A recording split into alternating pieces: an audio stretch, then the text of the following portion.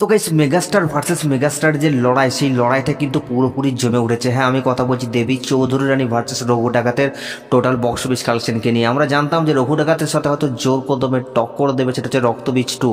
কিন্তু ইতিমধ্যেই রক্তবীজ 2কে সাইডে রেখে রঘু ডাকাতের সাথে জোর কদমে টক্কর দিচ্ছে এই দেবী চৌধুরী রানী মুভিটা। তো এখন প্রশ্ন হলো এটাই যে এই দেবী চৌধুরী রানী মুভিটা তার ডে 5-এ এসে কত টাকা বক্স অফিস কালেকশন করলো, এবং ডে 5 মানে অষ্টমী ছিল। তো এই মুভিটা তার ডে 5-এ এসে ভাই মারাত্মক লেভেলের বক্স অফিস কালেকশন করেছে ভাই, মানে অবাক করে দেওয়া। এই মুভিটা তার ডে 5 এসে বক্স অফিস কালেকশন করেছে প্রায় 63 লক্ষ টাকার মতো, এবং টোটাল 5 দিনে মুভিটা গ্রস বক্স অফিস কালেকশন করছে 2,26,00,000 টাকা। এবং সেই জায়গায় দাঁড়িয়ে যদি আমরা দেবদার মুভি রঘু ডাকাতকে নিয়ে কথা বলি, তাহলে এই মুভিটা তো পুরোপুরি বাংলার বক্স অফিসকে কাঁপিয়ে দিচ্ছে এক কথায় বলতে গেলে। গত 24 ঘন্টায় 22,000-এরও বেশি টিকিট সেল করছে, এবং 1 ঘন্টায় 1500-2000 করে টিকিট সেল করছে। তো এই দিক থেকে একটা মারাত্মক লেভেলের ক্রেজ আছে।